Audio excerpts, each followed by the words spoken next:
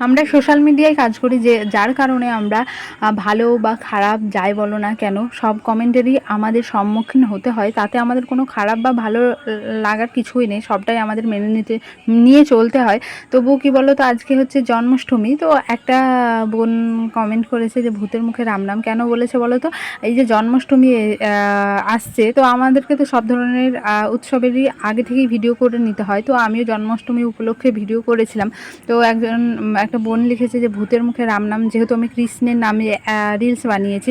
তো সেই বোনটার কাছ থেকে বোঝা যাচ্ছে যে আমরা কোনো দিনই হয়তো ঠাকুর পুজো করি না, শুধু রিলসের জন্যই ঠাকুরের নাম নিচ্ছে, এরকমটা না। দেখো, আমরা সব কাজটাই করি, কিন্তু সব সময় ক্যামেরা করা যায় না। তো আজকে একদমই সময় ছিল না, তবু আমি ভাবলাম যে না, একটুখানি করেই রাখি, যদি সময় হয় তাহলে আমি সেই ভিডিওটা তোমাদের সঙ্গে শেয়ার করবো, আর নাহলে না। তো সেই কারণেই করে রেখেছিলাম, তখনও আমি জানতাম না যে এই কমেন্টের সম্মুখীন হতে হবে।